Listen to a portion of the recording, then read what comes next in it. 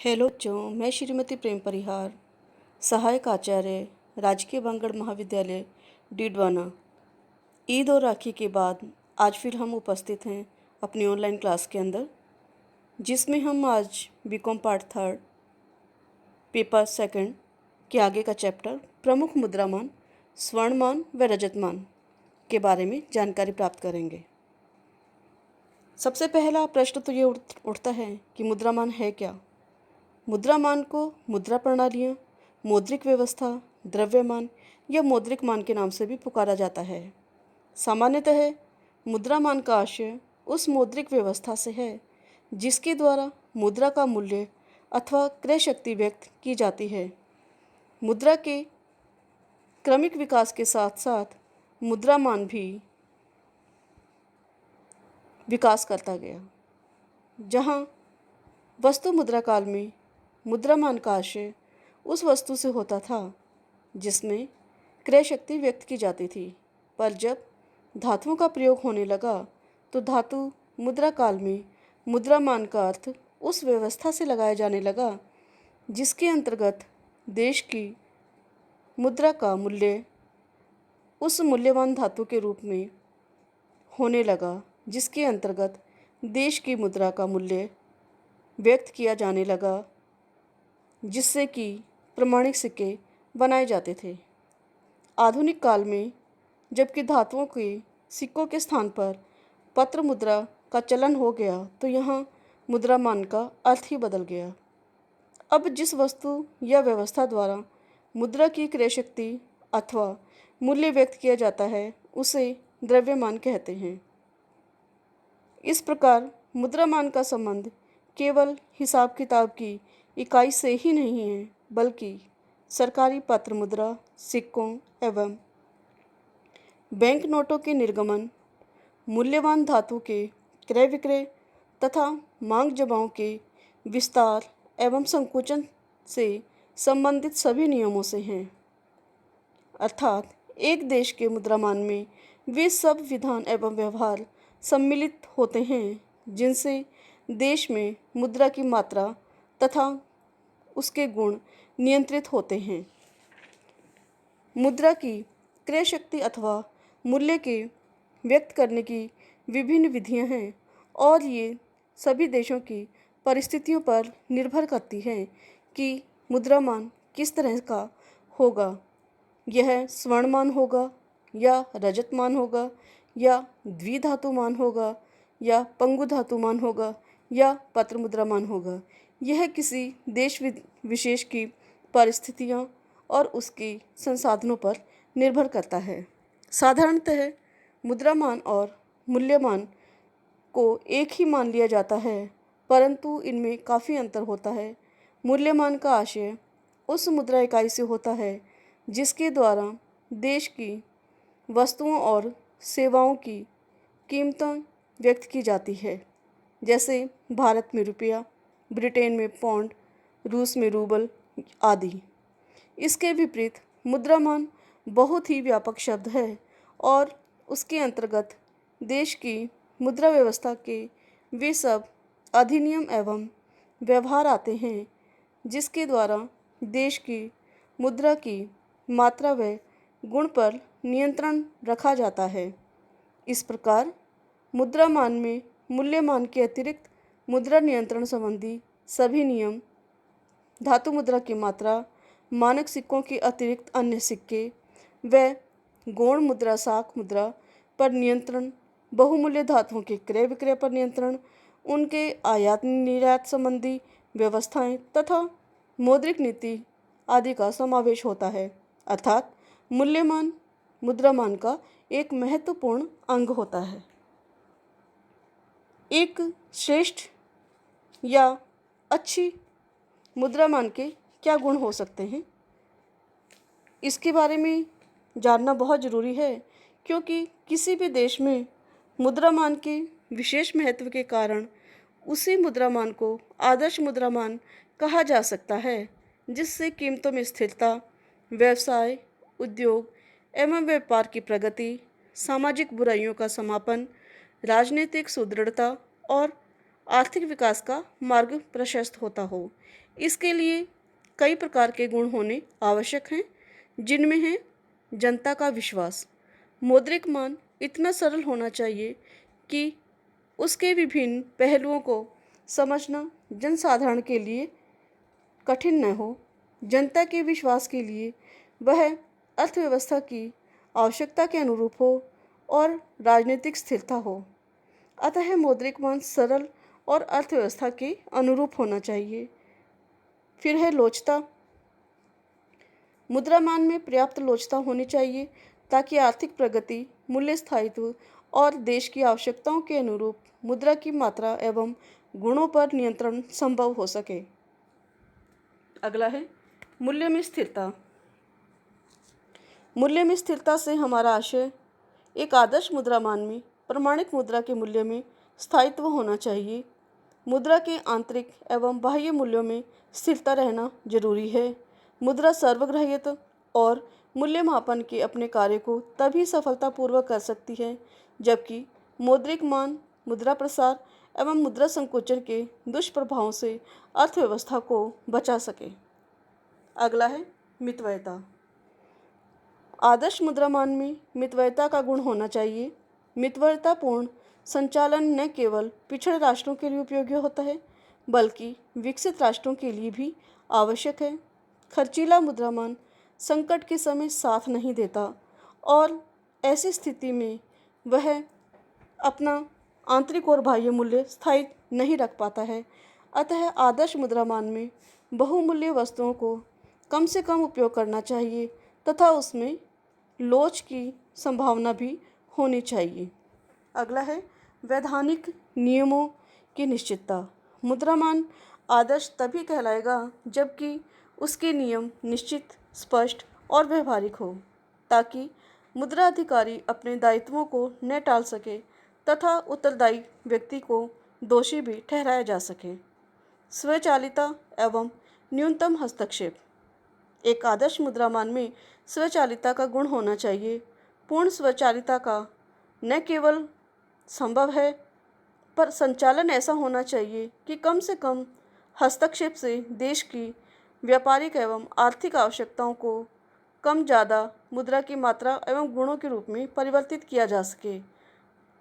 इन गुणों के परिप्रेक्ष्य में हम ये कहते हैं कि मुद्रा के रूप में किसी भी अधिकारी को उसके अंदर कम से कम हस्तक्षेप करना चाहिए। सरलता। अगला गुण है एक आदर्श मुद्रामान वह होता है जिसके नियम, उपनियम तथा संचालन व्यवस्था सरल एवं जनसाधारण के समझ में आने योग्य हो, जिसे जनसाधारण आसानी से समझ सके। ऐसी मुद्रामान होना चाहिए। परिवर्तनशीलता। एक आदर्श मुद्रामान में प्रचलित मुद्रा की बहुमूल्य धातु अथवा अन्य मान्य मुद्रा में परिवर्तन की व्यवस्था होनी चाहिए ताकि विदेशी भुगतानों में सरलता रहे और उस मुद्रा मान में जनविश्वास भी बना रह सके। टिकाऊपन।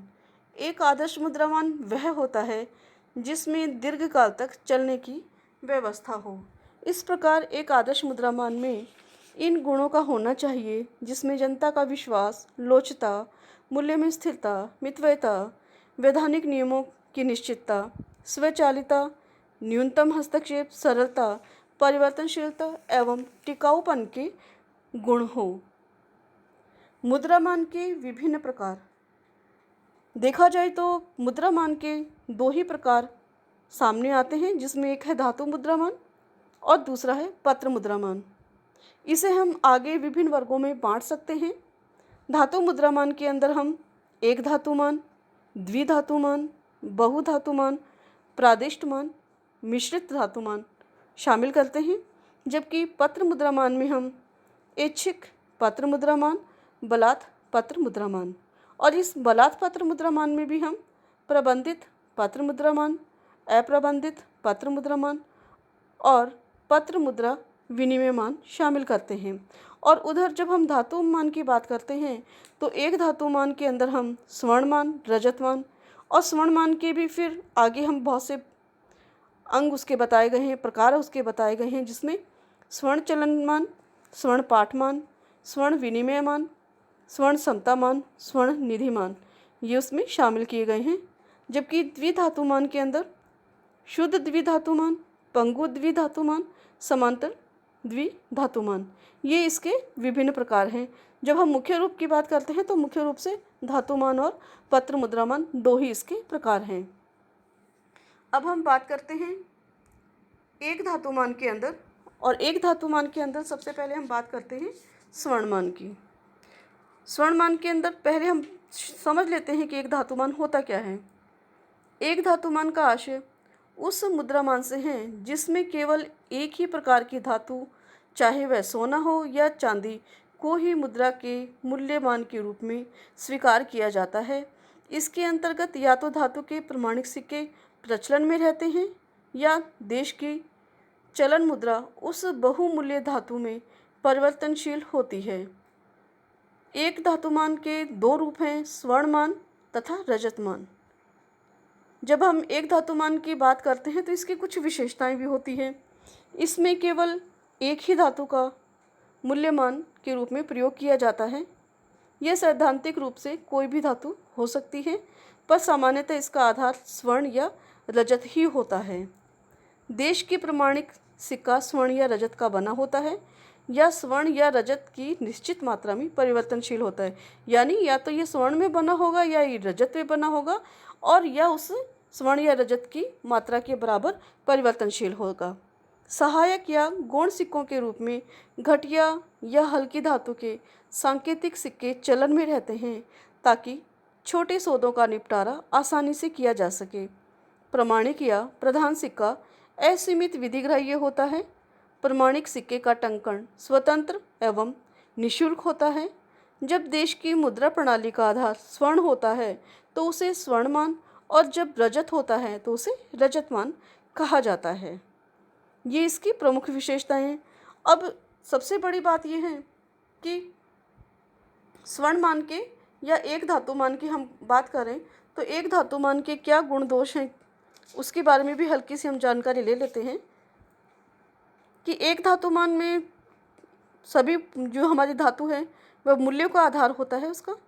इसको समझने में सरलता रहती है। इससे अपनाने पर अंतर्राष्ट्रीय व्यापार को प्रोत्साहन मिलता है, और ये सिक्के चूँकि बहुमूल्य धातु की होते हैं तो जनता का इसमें विश्वास बना रहता है और मूल्यों में स्थायित्व रहता है। यहाँ हम ग्रेशम का नियम जिसकी हम बात करते हैं मुद्रामान के संदर्भ में, वह क्रियाशील नहीं होता है और यह एक स्वयं संचालित प्रणाली है। परंतु जब हम दोषों की बात करते हैं एक धातुमान की, तो ये देखते हैं हम कि बहुमूल्य धातुओं की जो है पूर्ति सीमित होती है।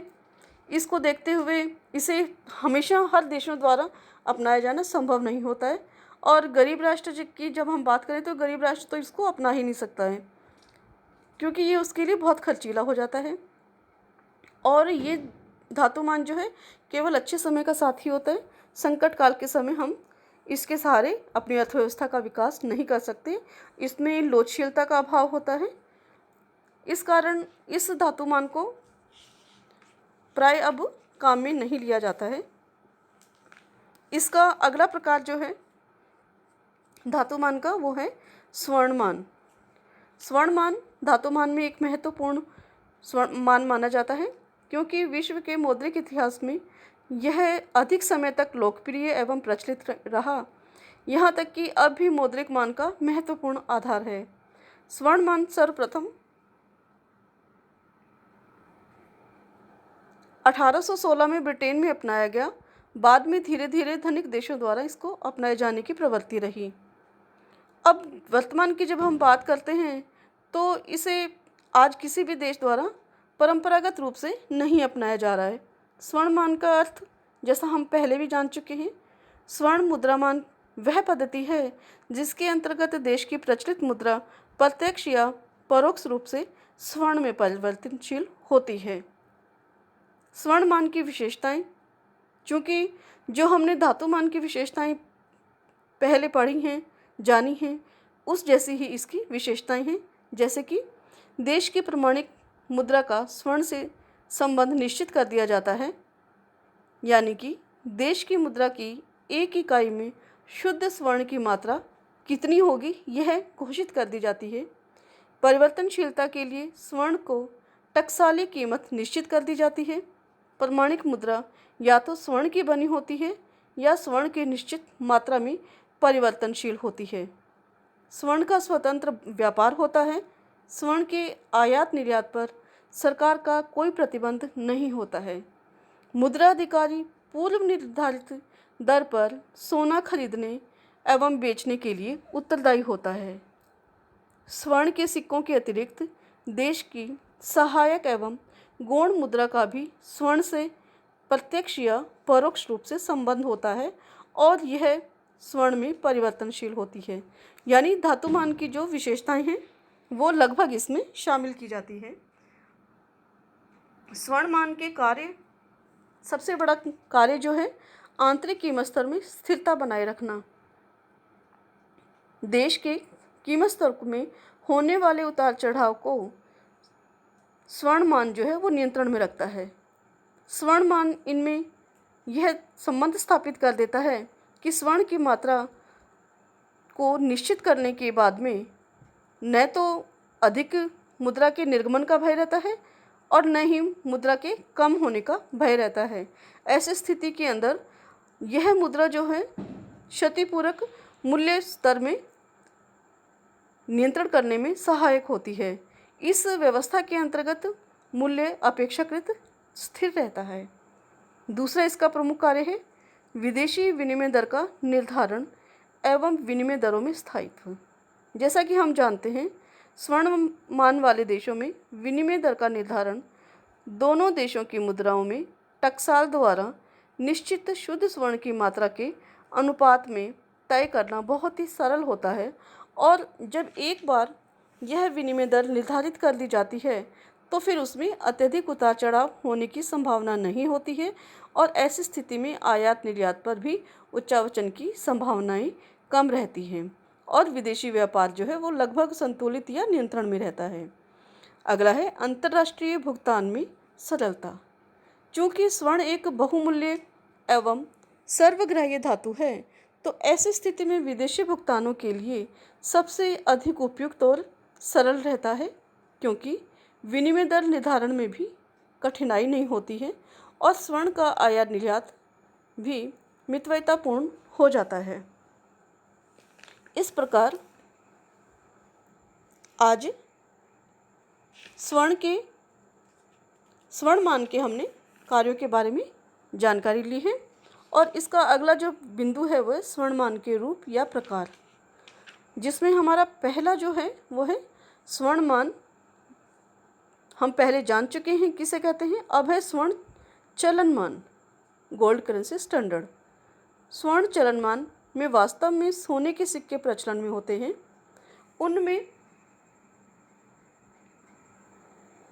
उनमें सोने की मात्रा और शुद्धता पूर्व निर्धारित कर दी जाती है, इसलिए उसे स्वर्ण टंक या सिक्का मान, स्वर्ण प्रचलन मान, पूर्ण स्वर्णमान अथवा स्वर्णमान मुख्य के नाम से भी जाना जाता है।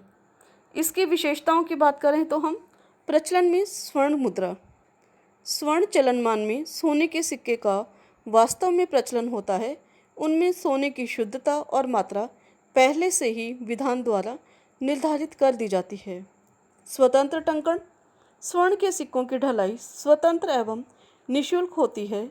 कोई भी व्यक्ति सोना ले जाकर टकसाल से मुद्रा प्राप्त कर सकता है। असीमित विधिग्राह्य। स्वर्ण मुद्रा कानून द्वारा असीमित विधिग्राह्य घोषित की जाती है। स्वर्ण का आयात निर्यात स्वतंत्र होता है, इस पर कोई प्रतिबंध नहीं होता है। सांकेतिक व सहायक मुद्रा स्वर्ण में परिवर्तनशील होती है। स्वर्ण कोशों पर आधारित होता है, यानी जितने कोश होंगे उतनी मात्रा में हम मुद्रा की निर्गमन करेंगे। इसके अनुसार स्वर्ण की मात्रा भी अगर घटती बढ़ती है तो मुद्रा भी घटती बढ़ती रहती है। स्वर्ण का अत्यधिक महत्व। देश में स्वर्ण के गलाने, खरीदने, बेचने व व्यवसाय पर कोई प्रतिबंध नहीं रहता है, अतः संपूर्ण अर्थव्यवस्था का आधार ही स्वर्ण हो जाता है।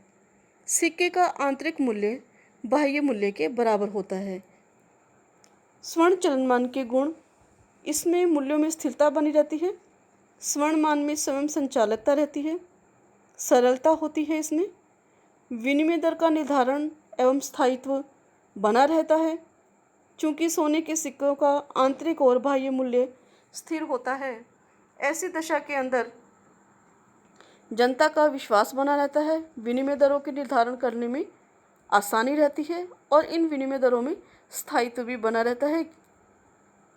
आंतरिक एवं विदेशी व्यापार भी स्थिर होता है, इसमें कोई उच्चावचन की संभावना नहीं पाई जाती है। परंतु जब हम इनके दोषों की बात करते हैं तो हम जानते हैं कि यहाँ मितव्ययता का अभाव पाया जाता है, क्योंकि स्वर्ण एक बहुमूल्य धातु है और धातु के कोष को रखना बहुत ही खर्चीला होता है। साथ ही चलन के समय सिक्कों में घिसावट आती है, एक स्थान से दूसरे स्थान पर भी ले जाना अधिक खर्चीला और जोखिमपूर्ण होता है। यह केवल अच्छे समय का साथी है, क्योंकि आपको पहले भी धातुमान के अंदर हमने बताया कि जो धातुमान है वो हमारी अच्छे समय में ही हमें साथ देता है।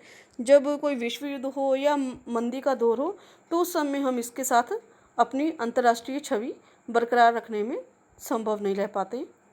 कीमतों में स्थिरता काल्पनिक होती है, क्योंकि स्वर्ण के मूल्यों में उसकी पूर्ति के साथ में मात्रा भी घटत बढ़त होती रहती है। नए खाने खोदने, सोना निकालने की विधि में परिवर्तन, आयात निर्यात के संबंध में अनेक प्रकार की नियमों में परिवर्तन के कारण भी स्थिरता लंबे समय तक बनाए रखना कठिन हो जाता है। सहयोग के अभाव में स्वयं संचालकता जो हम कह रहे हैं वो होना संभव नहीं हो पाता, क्योंकि ये संभव नहीं है स्वर्णमान के अंदर कि हमारे सहायक देश जो हैं, हमारे पड़ोसी देश हैं, वो हमें अंतर्राष्ट्रीय व्यापार के अंदर सहयोग करें। और वो अगर किसी प्रकार का प्रतिबंध लगाते हैं तो ऐसी दिशा के अंदर स्वर्ण का जो स्वर्ण मुद्रामान की हम बात कर रहे हैं, वहाँ स्वयं संचालितता का जो गुण है वो खत्म हो जाता है। आधुनिक युग में यह असंभव है, क्योंकि आधुनिक युग के अंदर स्वर्णमान को अपनाना बहुत कठिन, खर्चीला और असंभव तथ्य बन गया है। लोचता का अभाव, चूँकि स्वर्णमान जो है हमारा वो लोचता का बात को नहीं कामयाब रख पा रहा है, क्योंकि जैसे स्वर्ण के नई खदानें खोदना, नए प्रकार की अगर कोई तकनीक आ जाती है तो ऐसी दशा के अंदर स्वर्ण कोशों के अभाव में मुद्रा की मात्रा जो हम हैं वो नहीं बढ़ा पाते हैं। तो ये लोचता का गुण भी इसमें नहीं पाया जा रहा है। अविकसित और विकासशील राष्ट्रों के लिए यह अनुपयुक्त है। स्वर्ण चलनमान एक विलासिता का मान है जो केवल धनिक और विकसित राष्ट्र ही अपना पाते हैं। और जब हम बात करते हैं पिछड़े और विकासशील राष्ट्रों के लिए, तो उनके लिए यह अपनाया जाना बहुत कठिन हो जाता है, क्योंकि उनके पास इतना अधिक स्वर्ण नहीं रहता है और इसके कारण वह इसे लंबे समय तक नहीं चला पाते हैं। स्वर्ण चलनमान के इन दोषों के कारण हम देखते हैं कि आज यह मान जो है वो विश्व में कहीं भी नहीं पाया जा रहा है। लगभग प्रथम महायुद्ध के दौरान ही इसे सभी अमेरिका के अलावा इसे सभी देशों ने परित्याग कर दिया गया था। आगे के बिंदु हम अपने अगले वीडियो के अंदर पढ़ेंगे।